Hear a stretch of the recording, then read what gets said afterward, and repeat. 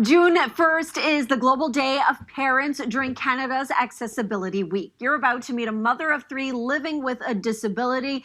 How does she do it? What adversity does she face daily? And what can we all learn from her? Ingrid Palmer joins me. Ingrid, good morning, and thank you for coming on the show. Good morning, Laura. My pleasure to be here. You were born with a rare degenerative eye disorder. What has that done to your vision? I was born with retinitis pigmentosa, where the UVA and UVB rays of the sun are basically like acid to my retina, so they've been slowly dissolving. So I have tunnel vision, I lack depth perception, and I have a condition called night blindness where my eyes don't adjust to variations in lighting. So not only are you someone living with a disability, you are a Black woman living with a disability. Does this, Ingrid, throw a myriad of challenges your way? Absolutely. Intersectionality always increases the adversity that's faced in life. And so being a Black woman with a disability has definitely played an even larger factor into the lack of opportunities and inequity that I have faced in society. Yes. Mm-hmm. You have three children, 29, 15, and 13 years old. You know, as a mother with no disability, Ingrid, I will complain about being tired, about being frustrated. And then there's those feelings of doubt that creep in sometimes. You ask yourself, am I doing a good job? What reaction do you get, when you express those same feelings? That's so interesting that parents with disabilities really are not allowed to express ignorance or frustration or being overwhelmed as our non-disabled counterparts are.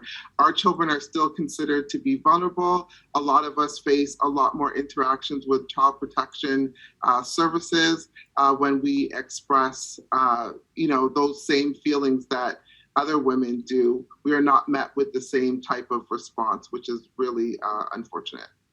Yeah. So what do you want people to know about, parenting with a disability, and how do we just change that response, Ingrid? What can we do?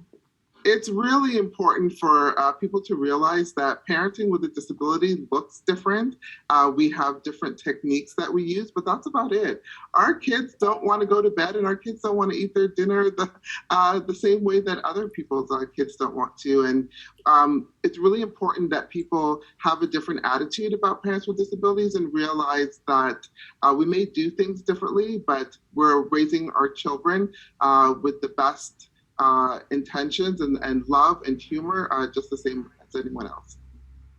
You also hold a full-time job, Ingrid. You do so much in your community, not to mention being an advocate for Canadians with disabilities. I started the interview by asking how does she do it? And, so how do you do it?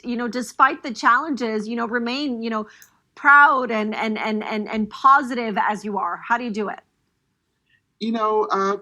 Parents with disabilities, we live in that area of uncertainty.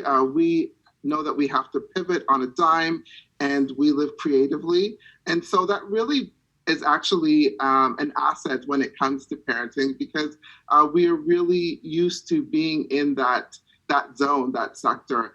And in terms of keeping a positive attitude, it really helps to have a community where we can talk together and support one another. And that's the beauty of having this platform where we can amplify the voices more of parents with disabilities and share our perspectives, our narratives, and our experiences so that the greater society has a better understanding of our lives.